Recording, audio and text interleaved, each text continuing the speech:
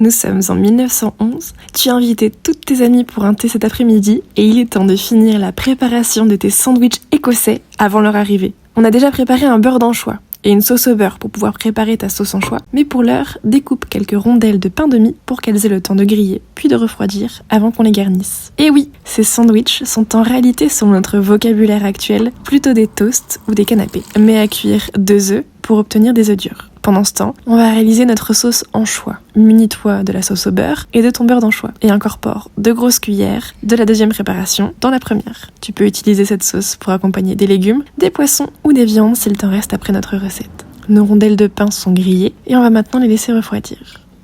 Maintenant que nos œufs sont cuits, récupère les jaunes que tu piles ou haches finement dans une casserole.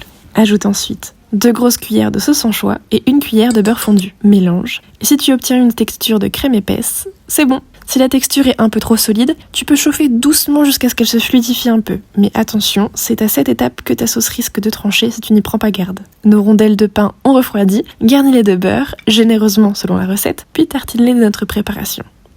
Pour les accompagner, j'ai choisi le thé vert Tchoulou, que m'a offert Judith de la Filleule des Fées, cueillie le 1er mai en Bretagne, qui a déjà des notes iodées et qui se marie délicatement avec nos sandwichs. Tes amis arrivent bientôt, il est temps de leur faire goûter ton travail et de recevoir leurs compliments. Mon pseudo c'est Aurore, et si tu veux qu'on cuisine de nouveau ensemble, abonne-toi.